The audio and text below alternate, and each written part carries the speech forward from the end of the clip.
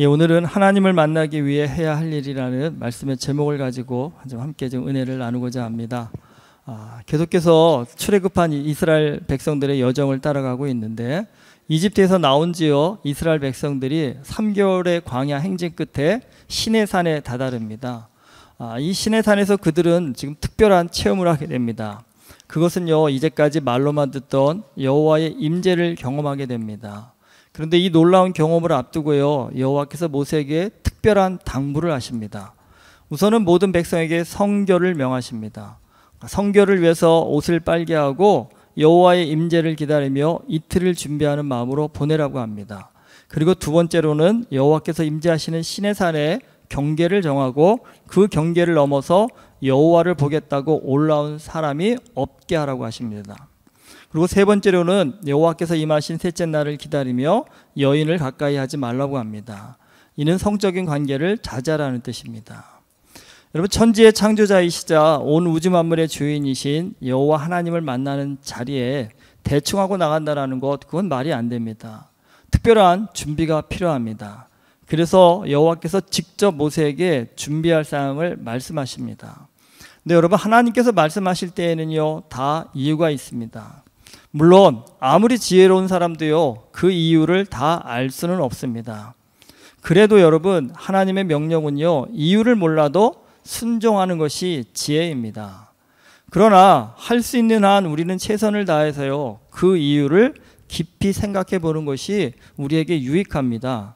왜냐하면 이유를 모르고 순종하는 것보다 이유를 알면 순종하기가 훨씬 수월해지고요, 또 그 순종을 통해서 배우고 깨닫는 바도 훨씬 크기 때문입니다. 하나님께서 이스라엘 백성에게 가장 먼저 요구하신 것은 성결입니다. 성결은요, 거룩하고 깨끗하다는 말입니다. 성경에서는요, 세상적인 것에서 분리되어서 하나님께 드려진 것을 가리킬 때 이 성결을 사용합니다. 히브리어로는 코데시인데, 이 코데시는 대부분 성경에서 거룩으로 번역이 되었습니다. 그러니까 하나님께는 거룩이란 표현으로, 사람에게는 성결이란 표현으로 사용이 된 것입니다. 근데 이 구약에서 성결은요, 주로 육체에 관한 것이었던 것에 비해서 신약에서는요, 성결을 마음의 문제로 적용하여서 성결한 마음을 강조합니다. 그리고 그리스도의 구속으로 인해 성결해진 그리스도인은요, 두려움 없이 하나님을 섬길 수 있게 됩니다. 하나님은 거룩하십니다. 근데 하나님의 이 거룩은요, 정말 흠 하나 없는 완전한 것이었습니다. 이 아담과 하와가 죄를 범하기 전에는 그들도 거룩한 존재였습니다. 그래서 하나님과 소통하는데 아무런 문제가 없었습니다. 하지만 아담과 하와가 선악과를 따먹는 죄를 범하여서 거룩한 하나님과의 소통에 문제가 생깁니다. 그리고 이후 인류의 죄악이 커지면서 하나님과 사람 사이에는 더 큰 갭이 생기게 됩니다. 그리고 그 갭은 하나님과 사람 사이의 소통을 단절시키게 됩니다. 여러분, 사람을 만나서 대화하다 보면 나랑 잘 통하는 사람이 있는가 하면 잘 안 통하는 사람이 있습니다. 한번 생각해 보십시오. 나는 어떤 사람하고 잘 통하고 어떤 사람하고 잘 안 통하시나요?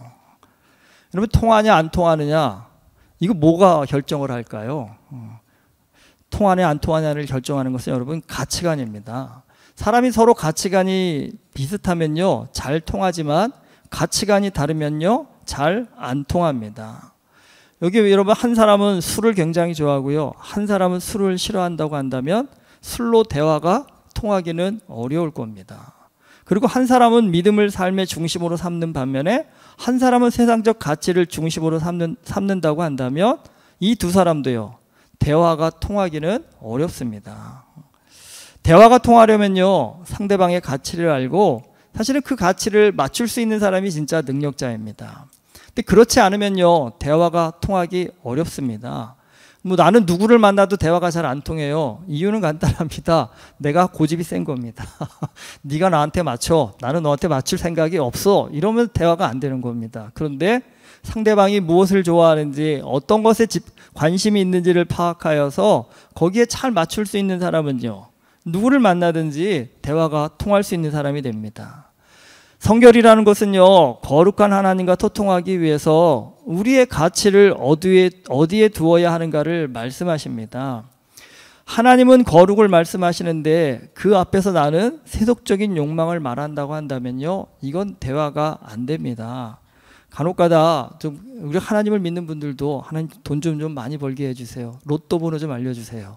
아니면 어느 주식을 사면 돈이 많이 벌 수 있을까요? 그러니까 이런 걸로 하나님하고 소통하고 싶어하는 분들이 의외로 꽤 계십니다. 근데 하나님 거기에 잘 아예는 아닙니다. 응답 주시긴 합니다. 그렇지만 거의 응답받기 어렵습니다. 99.9%는 응답받기 어렵습니다. 하나님이 그렇게 얘기할 때 뭐라고 얘기하실까요? 여러분, 하나님 번지수를 잘못 찾으신 겁니다. 그거 알고 싶으면 누구한테 가셔야 돼요? 무당한테 가셔야 됩니다. 하나님은 그런 거 얘기 안 해주십니다. 성결이라는 거 하면 우리는 딱 뭐부터 생각하십니까? 부담감이 훅 들어오지 않으십니까? 성결, 너무 나한테는 거리가 먼 일이야, 힘든 일이야. 사실 근데 이 성결이라는 거 엄청난 것이 아니라요, 하나님의 말씀을 집중하여 듣고자 마음을 좀 되새기는 겁니다. 집중하는 겁니다. 그런데 그 마음의 태도를 다잡기 위해서 하나님께서 뭐라고 얘기하시냐면 너희의 옷을 빨라고 하십니다. 사실 오늘날에는 세탁기에 옷을 넣고 돌리기만 하면 되지만 이 당시 이스라엘 백성들은 어디에 있었냐면 광야에 있었습니다. 여러분, 광야라는 것은 어떤 것입니까? 물이 부족한 겁니다. 마실 물도 귀한 것입니다. 그런 상황에서 여러분 몸을 씻고 빨래를 한다라는 것, 이건 오늘 우리한테 너무 수월한 일이지만 그들에게는 엄청난 수고를 요구하는 일이라는 겁니다. 빨래가 오늘 우리에게는 아주 쉬운 일이지만 이들에게는 엄청난 헌신을 요구하는 일이라는 겁니다. 여러분, 부정적인 사람이라고 한다면 빨래를 하면서 불평과 불만이 터져나왔을 겁니다. 아니, 마실 물도 부족한 상황에서 빨래를, 솔직히 먹고 살기도 바쁜데 뭘 이런 생각 안 드시겠습니까? 하나님이 우리를 골탕 먹이려고 작정을 하셨구나라고 그렇게 아마 불평불만을 할 겁니다. 그럼 한번 생각해 보십시오. 왜 이렇게 힘든 상황에서 마실 물도 부족한 광야라는 거 하나님도 뻔히 알고 계신 상황에서 하나님께서 굳이 힘든 일을 시키셨다라는 겁니다. 괴롭히려고 시키는 건 아니시겠죠. 이유가 있으니까 시키셨겠죠. 그러면요, 한 번쯤은 그 일을 하면서 왜 이걸 하라고 하셨을까 고민할 수 있는 사람이라면 그 사람은 지혜의 사람이 되는 겁니다. 여러분, 그런 말이 있더라고요. 겉마음은 말로 표현되지만 속마음은 행동으로 표현된다고 합니다. 말은 얼마든지 우리가 거짓으로 꾸밀 수 있지만 행동은요, 그럴 수 없다라는 겁니다. 행동은 무의식 가운데 우리의 본 마음이 드러난다는 겁니다. 그래서 그 사람의 행동을 유심히 관찰하면요, 그 사람이 원하는 게 정말 무엇인지를 알 수 있게 된다는 겁니다. FBI에서 범죄자들을 신문하는 일을 오래 했던 한 사람이 쓴 책이 있다고 합니다. FBI 행동의 심리학이라는 책인데요, 말보다 정직한 7가지의 몸의 단서라는 부제를 달고 있다고 합니다. 그러니까 현장에서 범인들을 신문할 때 그들의 비언어적인 메시지를 관찰해서 거짓말을 하는지 진실인지를 기계보다도 정확하게 짚어낼 수 있었다고 한답니다. 그러니까 예를 들면 말을 하면서 시선을 돌리거나 손으로 입을 가리면 거짓말을 하려는 것이고요, 대답을 하면서 자신도 모르게 손으로 넥타이를 고쳐매거나 머리카락을 만지거나 이마를 쓰다듬으면 불안한 것이라고 합니다. 여러분은 지금 다 저를 보고 있으니까 옆사람, 앞사람의 표정이 어떤지 모르지만 저는 여기 앉아서 여러분 표정을 다 보잖아요. 여러분이 설교를 듣고 있는지 안 듣고 있는지가 제가 무슨 관심법은 아니어도 표정을 보면 저도 이제 목표를 어느 정도 하다 보니까 느껴집니다. 압니다. 사실은요. 그리고 유독 설교 시간에 화장실을 자주 가는 분들이 있으시거든요. 왜 설교 시간에만 이렇게 화장실이 급하게 될까? 뭐 설교를 몇 시간 하는 것도 아닌데 이유는 간단하죠. 지루한 거죠. 사람은 지루하고 따분하면 자꾸 딴 일을 하고 싶은 거거든요. 네, 여러분, 알버트 메히브람이라는 사람이 침묵의 메시지라는 책에서 의사소통의 요소들에 대해서 기술한 내용이 있다고 합니다. 의사소통 시 상대로부터 얻는 정보의 비중을 연구했는데 그 연구 결과가 굉장히 놀랐다고 합니다. 우리는 대부분 우리가 말하는 단어의 의미가 대화에 있어서 가장 중요하다라고 이렇게 생각을 하는데 실제로요, 의사소통에서 단어가 가진 의미는요 7% 정도밖에 차지를 안 한다고 합니다. 그러니까 말을 유창하게 잘하는 게 중요하지 않답니다. 38%가요 청각을 통해서 전달된다라는 겁니다. 그러니까 목소리의 톤, 크기, 미세한 떨림, 대답을 하는데 걸리는 시간 등을 통해서 사실은 그 의미가 더 전달된다고 합니다. 그리고 가장 중요한 수단이 뭐냐면 시각이라고 합니다. 그러니까 55%의 정보가요, 말을 하는 사람의 표정이나 제스처를 통해서 전달이 된다고 합니다. 그러니까 사실 전혀 말이 통하지 않는 외국에 나가서 바디 랭귀지로 의사소통이 되는 이유가 여기에 있다는 겁니다. 그러니까 여러분, 말보다 뭐가 중요하더라고요? 이 음성이 중요하고요, 행동이 중요하다는 겁니다. 그러니까 아무리 좋은 말도 음성과 행동이 나쁘면 제대로 전달이 안 되는 거고, 좀 부족한 말이라고 해도 음성과 태도가 좋으면 그 의미가 더 깊이 전달된다는 겁니다. 마음이 행동에 영향을 미치기도 하지만 행동이 마음에 영향을 미치기도 합니다. 옷을 빨고 몸을 정결하게 하는 행동은요, 하나님 앞에 나아갈 때 우리의 마음가짐을 좀 더 거룩하게 하라는 의미입니다. 목회를 하다 보니까 그런 말 많이 하십니다. 마음만 있으면 된 거 아닙니까? 여러분은 어떻게 생각합니까? 마음만 있으면 됐지. 이 말을 어떻게 생각하십니까? 저는 이거를 처음엔 몰랐는데 느껴보니까 이건 마음이 없다라는 뜻입니다. 특별히 제일 이 말을 많이 할 때가 언제일까요? 헌금 앞에서 제일 이 말을 많이 하시더라고요. 하나님 마음만 있으면 됐지 뭐 굳이 그렇게 꼭 캐시가 필요하세요? 그런데 여러분, 마음이 있으면요, 마음은 어떻게든 표현이 됩니다. 오늘 주보에 수필 하나 드렸는데 거기 보셨죠? 예. 마음이 있으면요, 굶고 있는 아내를 위해서 어떻게든지요 최선을 다한다라는 겁니다. 마음이 있는 사람은요, 아무리 힘들어도요 어떻게든 자신의 마음을 표현을 합니다. 먹는 물도 귀한 광야에서 빨래를 하라는 하나님의 명령 앞에 정말 하나님에 대한 경외함이 있는 사람이라고 한다면요, 할 수 있는 최선을 다할 겁니다. 왜 이런 거 시킵니까? 이거 해서 무슨 의미가 있습니까? 따지는 게 아니라 하나님이 하라고 하셨으니까 정말 마음이 있는 사람이라면 하나님 부족하지만 최선을 다해 보겠습니다라고 얘기할 겁니다. 그리고 여러분, 그 최선이요, 그의 신앙을 더욱 굳건히 만들 것입니다. 힘들다고 행동하지 않으면 인생은요 더 망가집니다. 힘들수록 더 힘을 내어서요 마음을 행동으로 표현할 수 있어야 합니다. 여러분, 그 행동이요 주변 사람을 감동시키고요 하나님을 감동시켜서요 우리의 삶을 변화시킵니다. 대표적인 예가 어디 있겠습니까? 예수님께서 부자들이 많은 헌금을 할 때 그거 칭찬 안 하셨지만 한 과부의 2렙돈을 헌금하는 것을 보면서 가장 많은 것을 헌금하였다고 칭찬하시지 않았습니까? 이유가 뭘까요? 여러분, 가만히 생각해 보면 그럼 부자들은 도대체 얼마나 해야 예수님이 감동받으실까? 그 생각이 들더라고요. 얼마면 될까요? 여러분, 예수님도 근데 아무리 생각해봐도 부자는 아무리 큰 액수를 드려도 예수님은 감동하지 않으실 것 같습니다. 근데 과부의 2렙돈은 감동하십니다. 가만히 생각해 보니까 삶의 형편이 어렵고 힘들 때 어쩌면요 우리의 마음을 표현할 수 있는 가장 좋은 환경에 있다는 겁니다. 그러니까 여러분, 나중에 돈 벌면 헌금할 거 생각하지 마시고요. 여러분이 아무리 나중에 돈 벌어갖고 헌금 많이 해서 예수님은 쓸데없다, 의미 없다 얘기하실 겁니다. 그런데요, 하나님 나 오늘 먹을 것도 없어요 하는데 그런 상황에서 여러분이 정말 손 부들부들 떨 만한 그 아까운 것을 하나님께 드린다고 한다면 인생에서요 하나님 앞에 기도의 응답을 받고 축복을 받을 수 있는 가장 좋은 기회라는 겁니다. 절호의 기회라는 겁니다. 그러니까 여러분, 돈 많이 버시는 분이 11조 하는 것도 감사한 일이긴 하겠지만 사실 우리 청년들이 11조 할 때가 더 가슴에 찡함이 옵니다. 사실은 쟤네 얼마나 돈이 좋을 나이겠습니까? 돈이 얼마나 아까울 나이겠습니까?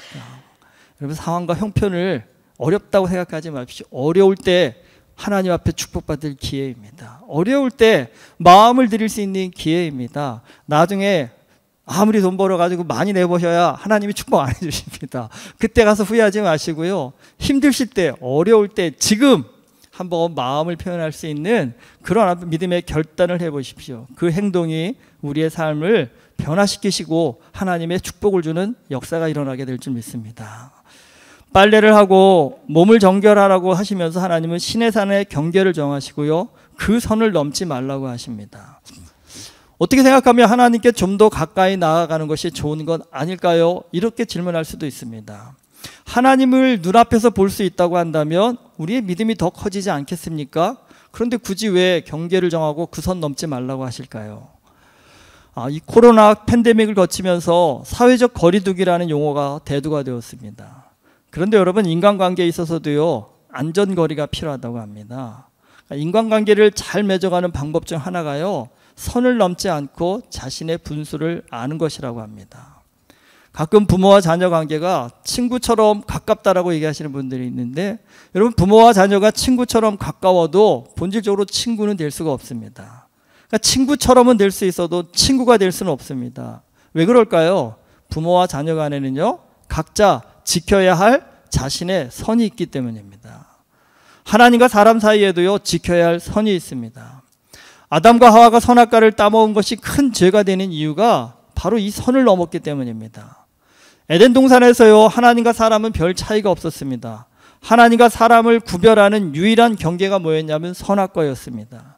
그런데 그 경계를 넘음으로써 죄를 범하게 된 것입니다. 거룩하신 하나님을 죄인된 인간이 함부로 볼 수 없습니다. 왜냐하면 그렇게 되면 하나님의 거룩성이 손상되기 때문입니다. 하나님을 만나기 위해서는 우리가 성결해져야 합니다. 완전하게 성결될 수는 없지만 그래도 하나님께서 인정해 주실 정도로 성결해져야 하나님을 만날 수 있게 된다는 겁니다. 여러분, 이렇게 한번 생각해 보십시오. 전염병이 걸린 사람이 있습니다. 그런데 그 사람이 전화해서 나 이제 괜찮아져서 나 좀 만나줘, 만나러 와 라고 한다면요, 선뜻 가시겠습니까? 아마 의사 진단서를 좀 요구하지 않으시겠어요? 이게 그래도 가도 되나 안 되나 걱정 안 되시겠습니까? 사실 이건 좀 그 병 걸린 사람이 좀 의식이 있는 사람이라면 한다면 내가 만나는 걸 결정하는 것이 아니라 그 결정권은 누구한테 줘야 돼요? 만나는 사람한테. 그래서 네가 판단해서 좀 안심이 되면 오고 안심이 안 되면 다음에 만나자 해줘야 그게 맞는 말입니다. 근데 여러분, 하나님을 만나는 것도 똑같습니다. 하나님을 만나는 것도 우리가 결정하는 것이 아니라요, 하나님께서 결정하시는 겁니다. 하나님께서 만나 주셔야 만날 수 있는 겁니다. 신의 산의 경계라는 것은요, 하나님께 주권이 있음을 인정하고 순종하라는 뜻입니다. 신앙생활하면서 우리가 범하는 큰 오류 중에 하나가 뭡니까? 하나님의 마음을 바꾸려는 시도라는 겁니다. 하나님이 내 기도 들어주실 때까지 나 여기서 한 발짝도 움직이지 않겠습니다. 어떠세요? 참 의지가 결연한 기도 같습니다. 정말 대단한 기도에 열심을 가진 사람처럼 들립니다. 하지만 여러분, 이건 틀린 기도입니다. 예수님도요, 십자가를 앞두고 간절히 기도하셨습니다. 하지만 예수님의 기도는요, 나의 원대로 마옵시고 아버지의 원대로 하옵소서였습니다. 하나님의 뜻에 내 뜻을 맞추기 위한 기도가, 여러분, 그게 참된 기도고 그게 진짜 기도입니다. 참된 기도의 사람은요, 고집이 아니라요, 순종을 합니다. 하나님, 나는 지금 이게 정말 간절하고 필요한데, 하지만 하나님이 보시기에 불필요하다면 하나님, 제가 그거 포기할 수 있는 좀 마음을 주십시오. 사실 이게 맞는 기도입니다. 그런데 우리가 흔히 하는 오류가 뭐냐면, 열심히 하다 보면요, 나도 모르게 선을 넘기 쉽다라는 겁니다. 열심히 뛰면서도 내가 선을 넘는 열심을 내고 있는지를 좀 따져봐야 하는데요, 우리는 열심히 하다 보면 그냥 열심히 하면 되겠지라는 생각만 하는데, 여러분, 인생이라는 것이 열심히 한다고 되는 것이 아니라요, 제대로 해야 되는 것입니다. 하나님의 선을 넘어가면서 하나님, 나 기도 안 들어주면 나 교회 안 나갈 겁니다. 인생 하나님 앞에 여기서 꼼짝 굶어 죽을 겁니다. 이런 식으로 하나님 협박해도 하나님 통하지 않습니다. 하나님이 정하신 선 안에서 하나님의 뜻이 무엇인지, 하나님, 내 뜻보다 하나님의 뜻을 앞세울 수 있는 은혜를 허락하여 달라고, 하나님, 내가 하나님의 말씀 앞에 순종할 수 있게 해달라고, 하나님이 정하신 이 선 안에서, 테두리 안에서 기도하고 간구를 해야 하나님의 역사가 우리의 삶 가운데 임하는 것이지요. 그 선을 넘어서 내가 하나님을 좌지우지하고 하나님을 움직이려고 할 때, 여러분, 우리는요, 신의 산의 경계를 뛰어넘어서 하나님 앞에 달려나가다 죽임당하는 어리석은 자가 될 수 있다는 겁니다. 항상 열심히 하시는 건 중요한데요, 하나님이 정하신 선 안에서 열심히 하는지, 하나님의 선을 넘는 열심을 내고 있지 않은지를 사실은 신앙생활에서 우리는 굉장히 좀 점검해야 될 그런 부분이기도 합니다. 여호와의 임재를 경험하기 위해서 세 번째로 명하신 것은 여인을 갖가지 하지 말라는 겁니다. 그러니까 성적인 관계를 자제하라는 겁니다. 왜 굳이 이런 말씀을 하셨는지는요, 그 시대의 상황을 살펴보면 알 수가 있습니다. 여러분, 이스라엘 백성들이 400년을 살았던 이집트, 이 사람들도 종교성이 커왔고요, 제사를 수시로 드렸습니다. 그런데 그들이 드리던 제사는요, 말 그대로 광란의 현장이었습니다. 술을 비롯한 사람의 정신을 혼미하게 하는 음료를 마시면서 온갖 음란 행위를 벌였습니다. 그리고 그게 신을 즐겁게 하는 제사라고 그들이 여겼습니다. 사실 우리도 예배 이렇게 드리면 얼마나 좋을까요? 여러분, 클럽 가서 한 잔씩 하면서 신나게 떠들면서 예배 드리면 즐거우시겠어요? 좋으시겠어요? 우리 유래성도 왜 이렇게 좋아해요? 그게 제사입니다. 그게 제사라고 한다면 여러분, 그러한 제사를 좋아하시겠어요? 아니면 이렇게 그냥 안 찾아놓고 꼭 들어라, 듣기 싫은 말도 들어라, 하나님 말씀 묵상하라, 기도하라고 하는 이러한 예배를 드리려고 한다면 어느 쪽이 더 마음 가운데 선호하시겠습니까? 사람은 누구나 다 육체적인 정욕과 쾌락을 다 즐거워합니다. 그런 것에 빠지게 마련입니다. 그런데 문제는요, 이스라엘 백성들이 400년 동안 이집트에서 그걸 보고 살았다는 겁니다. 그러니까 이스라엘 백성들 안에서도 제사하면요, 뭐가 떠오를까요? 술 마시고 진탕, 놀고 즐기는 이집트 사람들의 그 모습을 보았다는 겁니다. 그런데 여호와께 드리는 제사는요, 우상에게 드렸던 제사와는 차원이 다르다는 겁니다. 우상의 제사의 특징은 뭐냐면 육체의 정욕을 위한 제사였다고 한다면, 여호와께 드리는 제사에는요, 영혼의 거룩함을 위한 제사였다는 겁니다. 거룩함, 그럼 뭐가 먼저 제일 떠오르십니까? 여러분, 거룩함은 다른 게 아닙니다. 절제함입니다. 절제함. 하나님께 거룩하게 나아가기 위해서 나의 정욕을 절제할 수 있는 최소한의 방법을 지금 제시하신 것입니다. 하나님을 사랑한다면 여러분, 평생 하지 말라는 것도 아니고 3일 정도 참으라고 하는데, 정말 사랑한다고 한다면 그 정도는요, 기꺼이 순종할 수 있을 겁니다. 그리고 이 절제를 통해서 하나님이 진정으로 기뻐하시는 제사가 삶이 무엇인지를 돌아볼 수 있는 기회가 될 것입니다. 하나님은요, 믿음의 사람들이 좀 구별되기를 원하십니다. 세상의 가치와 문화에 휩쓸려서 우상 숭배와 같은 방법으로 하나님을 섬기는 것이 아니라요, 하나님이 원하시는 방법으로 섬기기를 원하십니다. 그런데 그런 섬김의 사람이 되기 위해서는요, 절제가 필요합니다. 절제를 통해서 하나님이 진정 기뻐하시는 바가 무엇인지를 깊이 묵상할 수 있는 사람이 되어야 한다는 것입니다.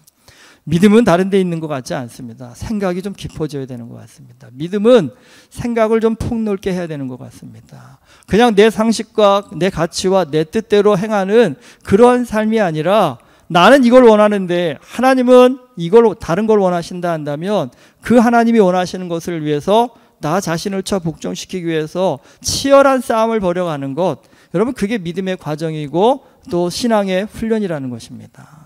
하나님을 만나기 위해서 우리가 해야 할 일들이 있습니다.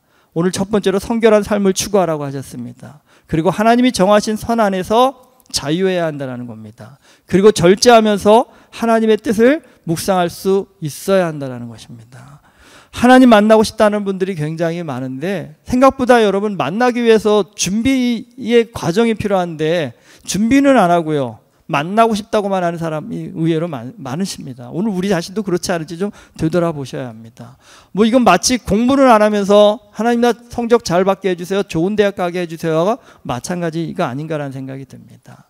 여러분, 하나님을 진정으로 만나고 싶다 한다면 오늘 하나님께서 명령하신 이 세 가지가 내 삶 가운데 어떻게 적용되어야 될지를 한번 잘 점검해 보시고, 정말 하나님이 만나주는 그러한 믿음의 사람이 되기 위해서 내 삶 가운데 어떠한 성결한 삶을, 어떠한 하나님 안에서의 선을 지키는 사람이 되어야 될지, 또 어떠한 절제의 삶을 살아야 될지를 깊이 묵상하셔서 우리 모두가 정말 하나님이 만나주시는 그런 복된 축복의 삶이 되실 수 있기를 주님의 이름으로 축원합니다.